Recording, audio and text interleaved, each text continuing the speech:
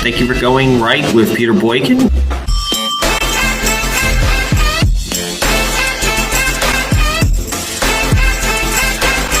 And I think it's time to go right.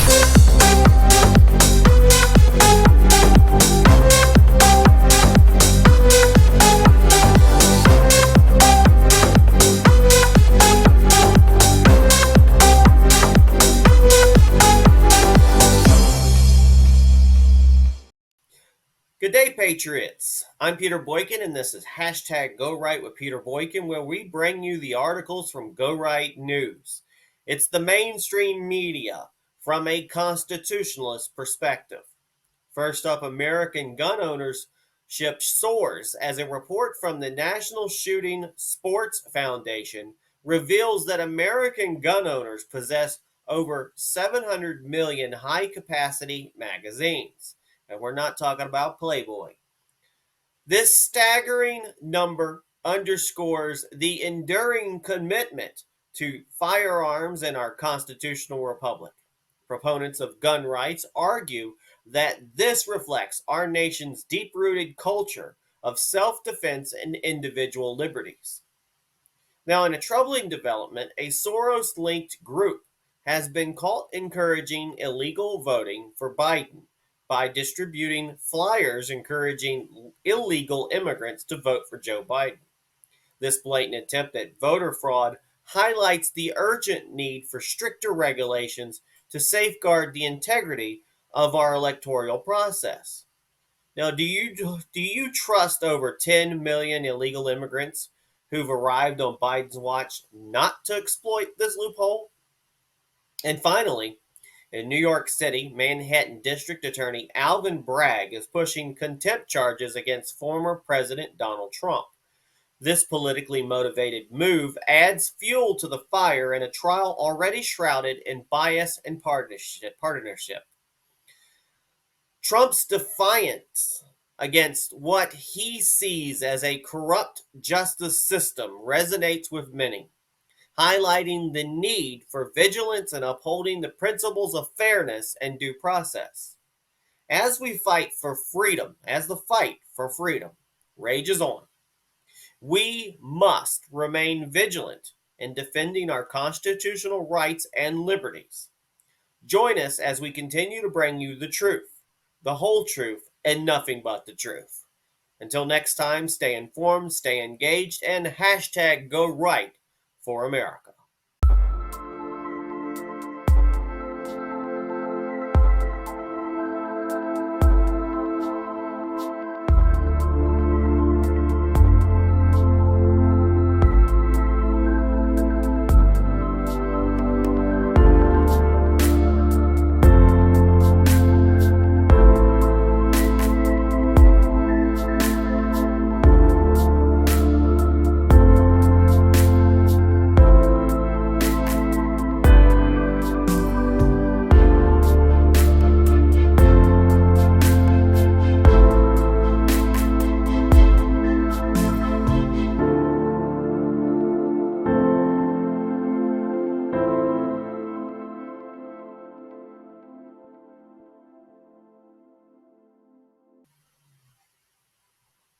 This article is posted on GoRightNews.com. American gun ownership soars as report reveals over 700 million high-capacity magazines are in circulation. A recent report released by the National Shooting Sports Foundation sheds light on the staggering scale of high-capacity magazine ownership in the United States. According to the findings, Americans possess more than 700 million ammunition magazines capable of holding 10 or more rounds, underscoring the enduring popularity of firearms among citizens in our constitutional republic. Quote, the report highlights the significant role that firearms and ammunition magazines play in the lives of millions of law-abiding Americans, said John Jackson, the president of the National Shooting Sports Foundation. Now, this revelation comes amidst ongoing debate surrounding gun control legislation and Second Amendment rights. Remember, folks, thou shalt not be infringed. Our gun rights shall not be infringed. Now, proponents of gun rights argue that such large-scale ownership of high-capacity magazines reflects the deeply ingrained culture of firearm ownership in our nation, emphasizing the constitutional right of citizens to bear arms for self-defense and protection of liberties. Now, critics of widespread gun ownership, however, view the proliferation of high capacity magazines with apprehension, citing concerns over public safety and the potential for mass shootings. They advocate for stricter regulations on firearms and ammunition, arguing that limited access to high capacity magazines could help prevent gun related tragedies. Now, regardless of differing viewpoints on gun control, the report underscores the importance of acknowledging and addressing the complex issue of firearms in our society. As debates around the Second Amendment rights continue to unfold, it remains essential to strike a balance between individual freedoms and public safety within the framework of our constitutional republic. And it's the source of this is nssf.org, and there's a study that came out. But to break it down, folks, in the Constitution, we have the right to bear arms. We have the right to protect ourselves with weapons. That's guns. Back when the Constitution was written, people had to protect themselves more. We didn't have the police like they had nowadays. You had to protect yourself. You had to protect your land. You had to hunt. You had to gather. You used that as protection. You used that as a way of life. And you learned how to use one, and we gave respect to our weapons. A lot of times people's guns were passed down generation to generation. Under Joe Biden's plan, we talked about before, they want to get rid of this passing down. Like, if you're not a major dealer, if you want to give your gun now to your son, or et cetera, when you pass away, especially if they've gotten rid of a gun or don't want you to sell it anymore, they could confiscate a family heirloom with that these new bills that they keep want to pass. And I don't like them. And a lot of people don't like them. And this is a very big principle of being a Republican, is our gun rights and respecting our Constitution. And this one is worth dying on that hill for.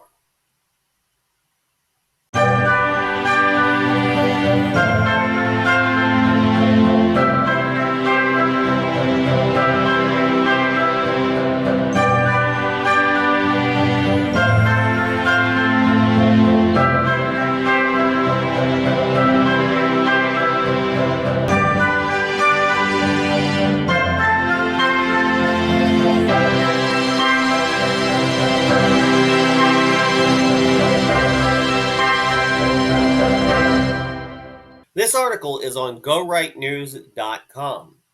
Soros-linked group encourages illegal voting for Biden at U.S.-Mexico border. A Soros-linked group caught telling illegals to vote for Joe Biden.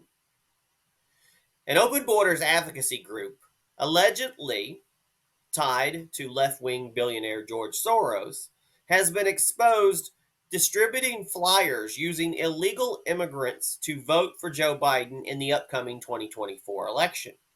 The flyers, distributed by the Resource Center Matamoros RCM at the migrant shelter near the border of Brownsville, Texas, openly endorsed Biden's presidency, calling for, quote, another 4 years of his term to stay open. While federal law explicitly prohibits non-U.S. citizens from participating in federal elections, the flyers serve as a glaring example of potential voter fraud orchestrated by organizations like RCM. Despite lacking direct financial ties to Soros, RCM's affiliation with Soros-funded groups raises concerns over the coordination of efforts to influence the U.S. elections. Moreover, the involvement of Biden's Secretary of Homeland Security, Alejandro Mayorkas, which I hope that they impeach, in organizations linked to RCM underscores the administration's implicit endorsement of such activities.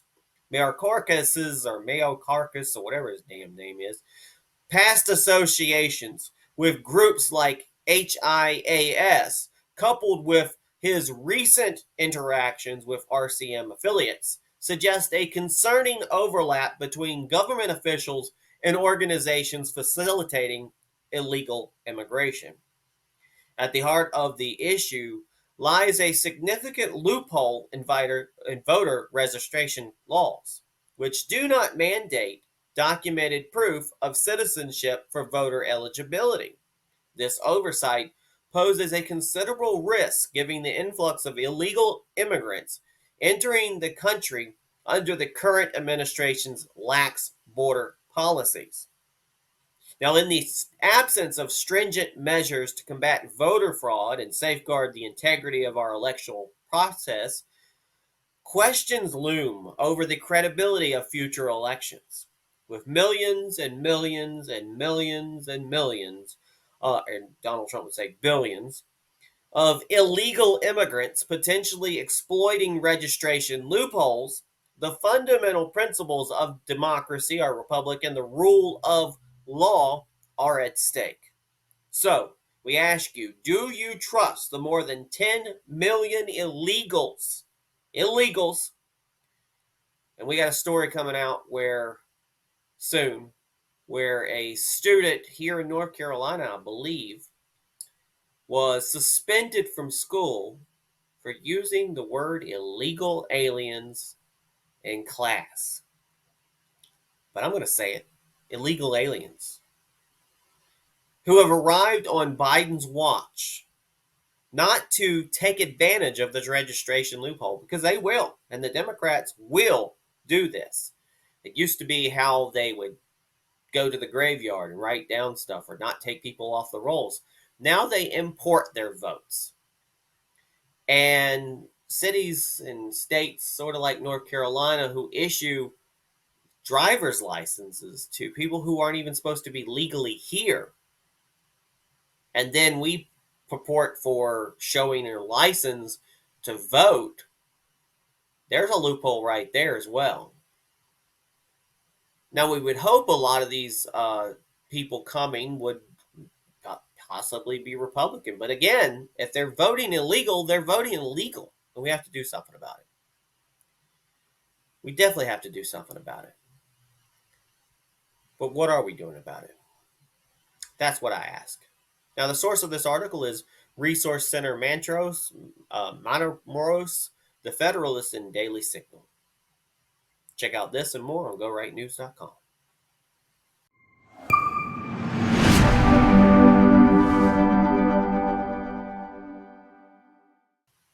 This article and more coverage of the Trump trial will be on GoRightNews.com. Democrat DA pushes contempt charges against Donald Trump on day 2 of the Donald Trump trial. The trial of Donald Trump. In a dramatic turn of events, Manhattan District Attorney DA Alvin Bragg has sought to hold former President Donald Trump in contempt of court, alleging violations of a gag order aimed at curbing his public commentary on individuals connected to the ongoing trial. The move, widely perceived as politically motivated, adds a new layer of contention in an already heated legal battle. Now, Bragg's request, backed by Soros-linked funding, underscores the partisan nature of the trial, with allegations of bias and ulterior motives casting a shadow over the proceedings. The attempt to impose hefty fines and potential jail time on Trump further fuels accusations of judicial overreach and selective persecution. Now, Trump's vocal criticism of Judge Juan Merchan, whom he has branded as biased and, quote, suffering from the acute case of Trump derangement syndrome, sets the stage for a high stakes confrontation between the former president and the judiciary. Despite Trump's efforts to challenge Merchan's impartiality, the judge's steadfast refusal to recuse himself adds a layer over layer, of complexity to this trial's dynamics, which I've said this before, this judge should recuse himself. He's obviously, his daughter's involved in Democrat policies. He's had problems with Donald Trump. He would not be picked as a juror on this trial. So why should he be the judge? We need more constitutional judges. We need more impartial judges. And that's what's wrong and the problem with our judicial system. The judges think that they're the judge, the jury, the executioner. They're living in a system that they create. They think they're higher than thou. And it's a banana republic that they stand for, not the Constitution. Now, as this trial entered its second day, Trump's defiance and unwavering resolve against what he perceives as politically motivated attack on his presidency come to the foreground. His characterization of the trial as a disgrace and a sham, and I would like to say witch hunt, resonates with his base, galvanizing support among grassroots conservatives who view him as a victim of partisan persecution. Absolutely. Meanwhile, if we were talking about persecution, all the crimes that the left do, all the crimes that Joe Biden does, all the lies that Joe Biden's done, his hush money, his stuff, his real hush money, how he has given up our secrets and documents and everything, and they don't do a thing to Joe Biden. But let's do it to Trump. They're royally screwing Trump. Meanwhile, the trial's broader implications of the rule of law and the integrity of the justice system raises concerns among constitutionalists and advocates of liberty. The specter of persecutional overreach and the weaponization of legal mechanisms for political ends casts a long shadow over the trial, underscoring the need for vigilance and safeguarding the principles of fairness and due process. And do you really think that Donald Trump's going to get a fair trial? I don't.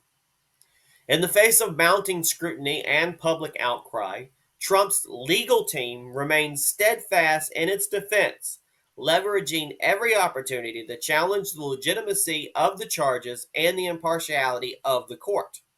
With the trial expected to unfold over the coming weeks, the stakes are high and the outcome is posed to shape the political landscape for years to come. That's the base article. But here's a warning, more opinion. Amidst the political theater of Trump's trial, one thing is clear. The Democrats' relentless pursuit of prosecution risks backfiring, inadvertently bolstering Trump's image as a martyr and rallying point for his supporters. The trial, far from tarnishing Trump's legacy, serves as a rallying cry for those disillusioned with the establishment's two-tiered justice system.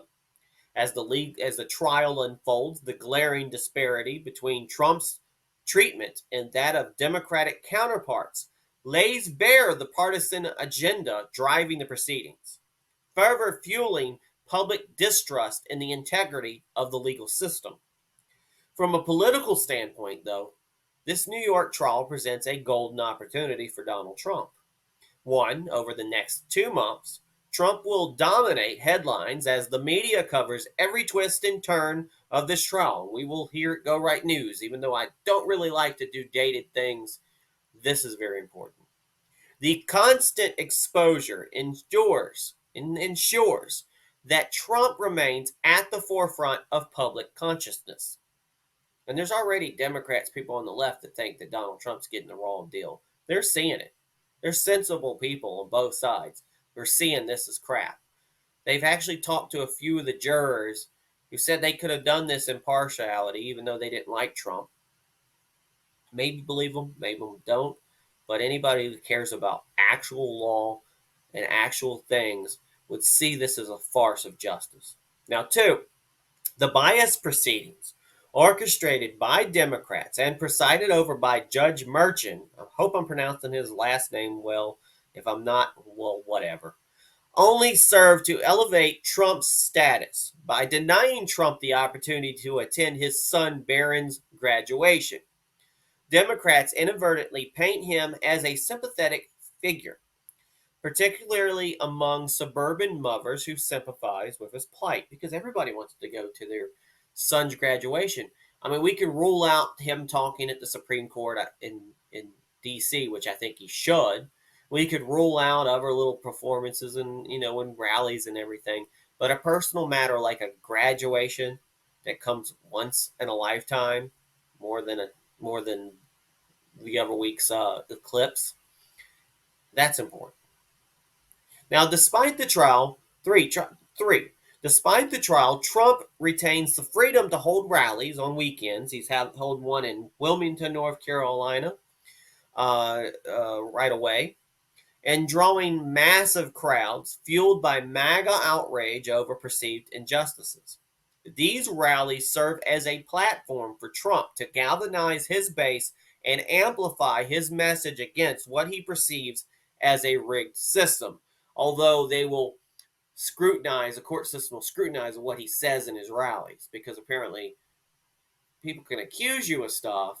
You have the right to remain silent, but at the same time, they're trying to gag you to remain silent when all the other press in the world, all the other people are talking about the case. Donald Trump should have every right to defend himself outside of the courtroom and inside the courtroom. Now, four, the glaring disparity between Trump's prosecution and the leniency afforded to figures like Hillary Clinton, Barack Obama, drown a man in a lake, and Joe Biden, yeah, son of a bitch. I had that $1 million. And my Hunter Biden's got cocaine in the Oval Office, but let's just ignore that. Underscores the political motivations behind the trial. Now, Trump would undoubtedly capitalize on this stark contrast, leveraging it to bolster his narrative of victimization at the hands of partisan adversaries. Now, in the zeal to undermine Trump, Democrats may have inadvertently bolstered his political standing. As the trial unfolds, Trump's ability to rally support and exploit perceived injustices will likely further cement his role as a formidable force in American politics.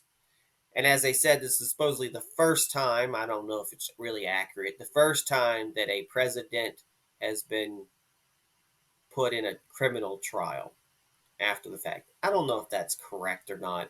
They're probably just saying that. In relation to that, we haven't really gone over the news yet because I think it's in flux. The Supreme Court is also deciding on the J6 prisoners, and the government is trying to say that there was obstruction of justice, there was obstruction of proceedings, that people were trying to shut down the vote count and everything else by entering the Capitol, with a potentiality of a sentence of 20 years. But already the Supreme Court justices are saying, well, if somebody has an outburst in the Senate on the State of the Union, or how about the person who pulled the fire alarm, et cetera, what really constitutes interrupting? And the people have a right to their freedom of speech. Breaking and entering, small crimes like that, but they're going too far. And the government really was like, they had really no answer. So I think the Supreme Court will end up stating that what they're trying to do is they're just throwing spaghetti at a wall and hoping something will stick. So the government actively will work against you. Anybody who thinks the government is for you and will protect you, just think about what they're doing to the J6 political prisoners who are being tortured and in solitary, and some have committed suicide already. God knows what these people are going through and how they actively are going after any individual they can find something dirt on. They have locked up grandmas. They have murdered at least 2 people, beat a woman to death after she died, got them caught in a tunnel and kept spraying and pepper spraying and pepper spraying, and they couldn't get out, and suffocated in a riot. Shot a military officer, Ashley Babbitt, who was actually yelling through the window saying, y'all got to do something about this because It's getting horrible out here. She didn't break the window, somebody else did. Someone steps out of the shadows, doesn't say a word, shoots her, steps back into the shadows. He's held as a hero, and now they're trying to say she's a criminal. Don't trust the government. Don't trust the government. Don't trust the media. And sometimes I try to give the most accurate.